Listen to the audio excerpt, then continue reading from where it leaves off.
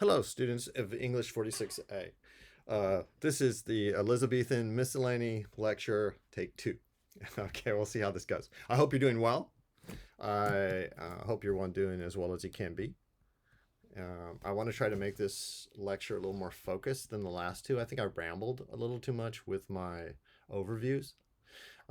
This lecture is going to be focused very much so on specific pages as we move through this material that I have assigned to you. Okay, first, introductory material about reading poetry. I've said this in class earlier. I'm going to highlight a few things. One, this poetry that we're reading right now in this English Renaissance period is highly performative. Okay.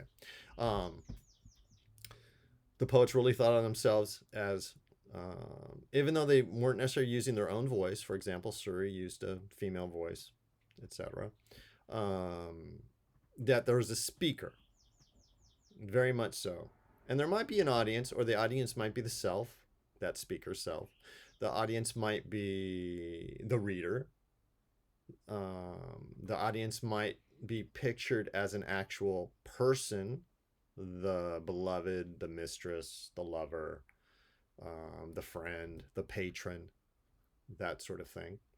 But definitely there's a sense of an audience. I find this helps me to read the poetry. This is how I read all poetry because I'm so deeply trained in this poetry that I can't help but always imagine an actual speaker. And that doesn't work for later periods, but it will work for this period. Okay, that's one. Well, and sometimes it's a fictional sort of scenario, but there's still a speaker. It's like a play. I've talked about these things are dramatic engagements. I've talked about how these are performative poetry. This poetry is performative. Okay. Two, trust the sentence. When you're reading these poems, you will notice that while in the more elaborate and ornate poetry, you have inversions of word order from normal English. For example, the verb might be at the end of the line instead of where we'd put it right after the subject. These poems were, one, people were used to doing very intricate things by ear. And it was also expected that you would reread. They were used to this, this style. But you can still trust the sentence.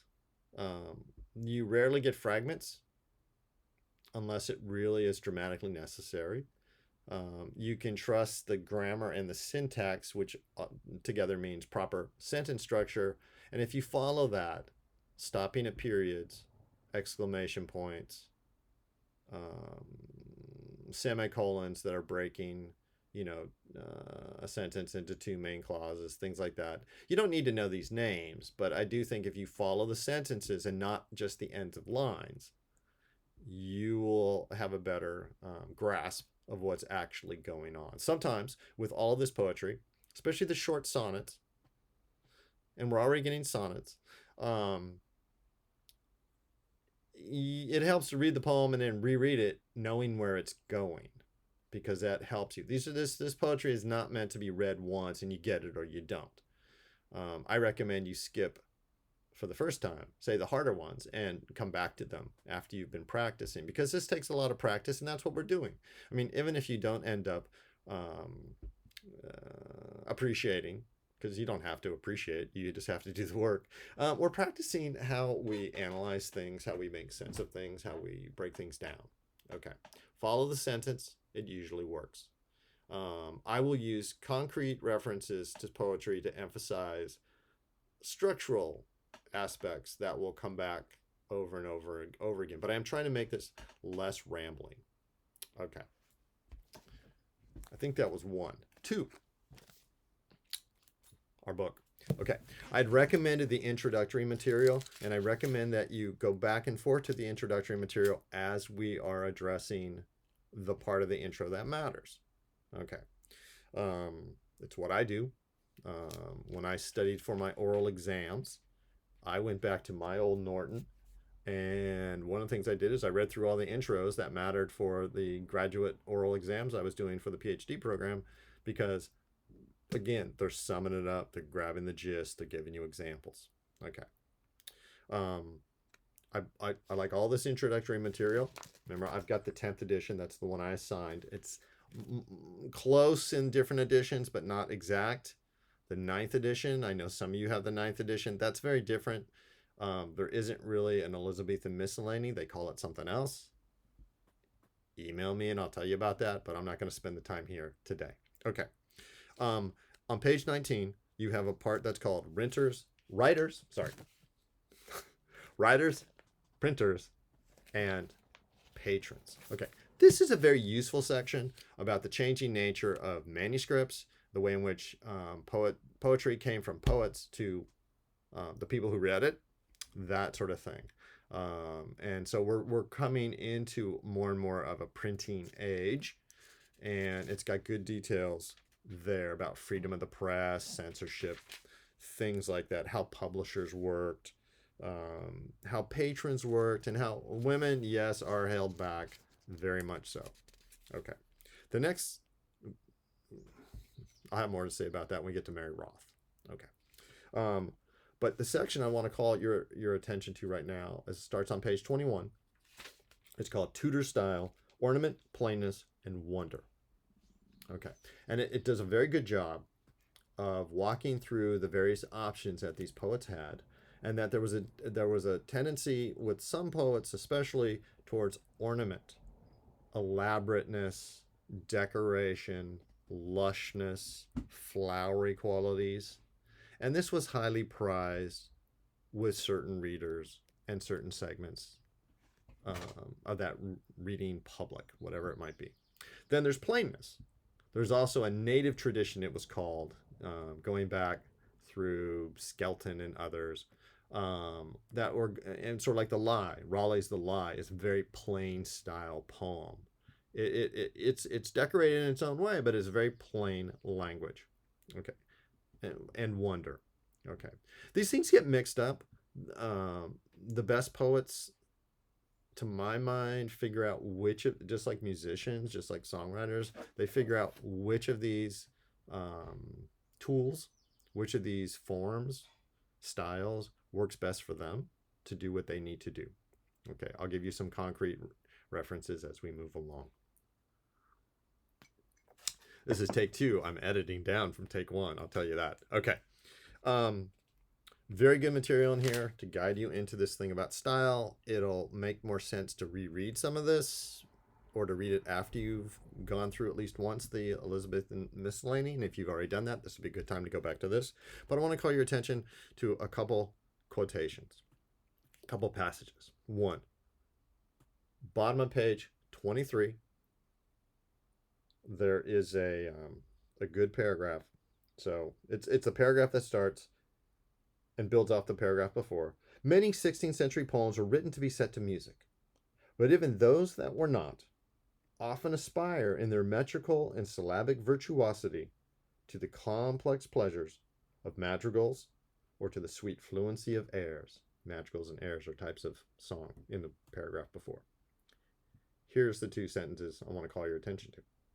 In poetry and music, as in gardens, architecture, and dance, Elizabethans had a taste for elaborate, intricate, but perfectly regular designs.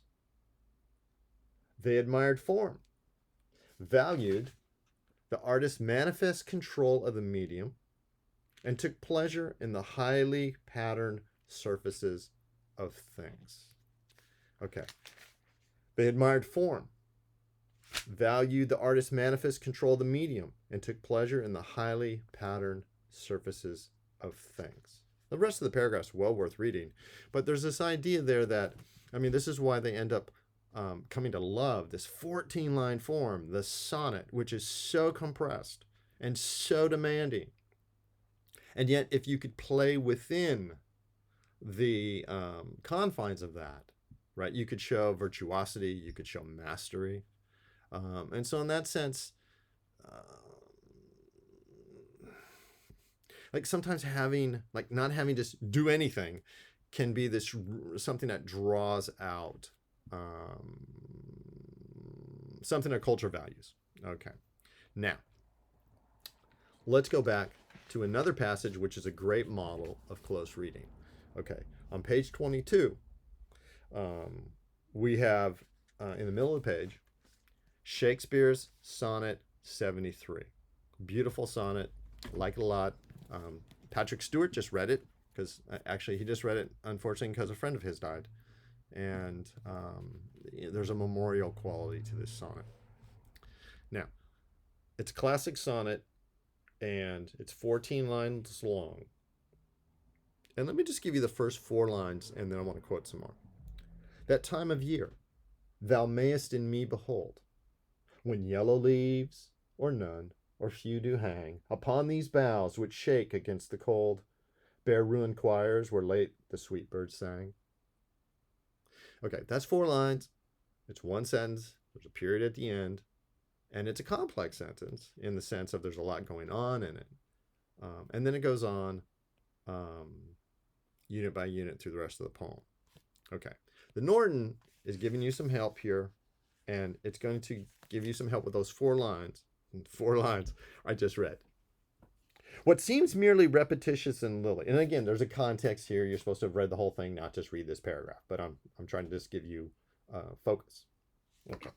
What seems merely repetitious in Lily, a previous poet, here becomes a subtle, poignant amplification of the perception of decay through the succession of images from winter or late fall to twilight to the last glow of a dying fire.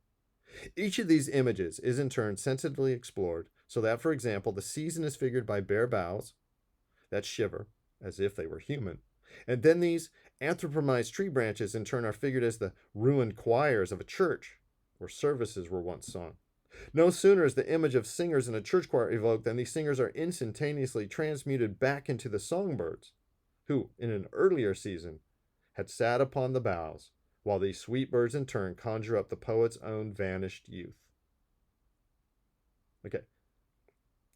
And this nostalgic gaze extends, at least glancingly, to the chancels of the Catholic abbeys reduced to ruins by Protestant iconoclasm and the desolation of the monasteries.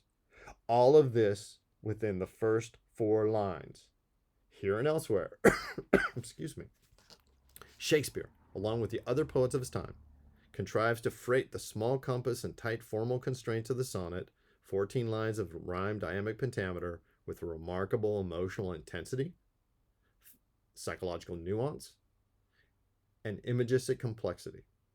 The effect is what Christopher Marlowe called infinite riches in a little room. Unquote. This is page 22 and 23.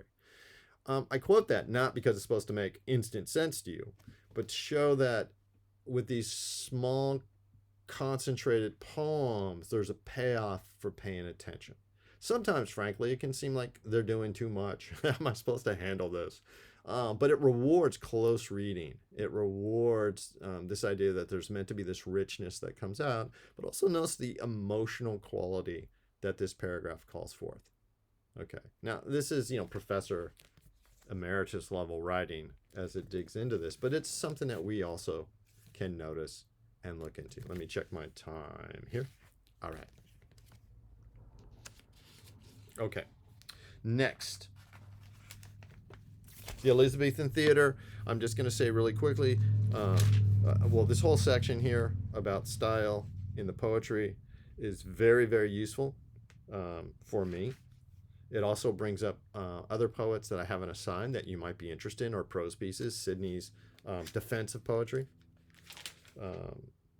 The most important work of literary criticism in 16th century England. Sections are in here. That is, reading this intro part might lead you to other pieces. Okay. Let me check where we're at. All right. There's also a section here, the Elizabethan Theater, page 27 through 33, which is very useful to set up the context of Dr. Faustus by Marlowe, which we're also reading. Ideally, you've already started it, and I'll have some material for that too. I need to take a quick break here. This is going to be part 1 of 2 in terms of Elizabethan Miscellany. This is an intro meant to ground you in the book. Okay, be back shortly.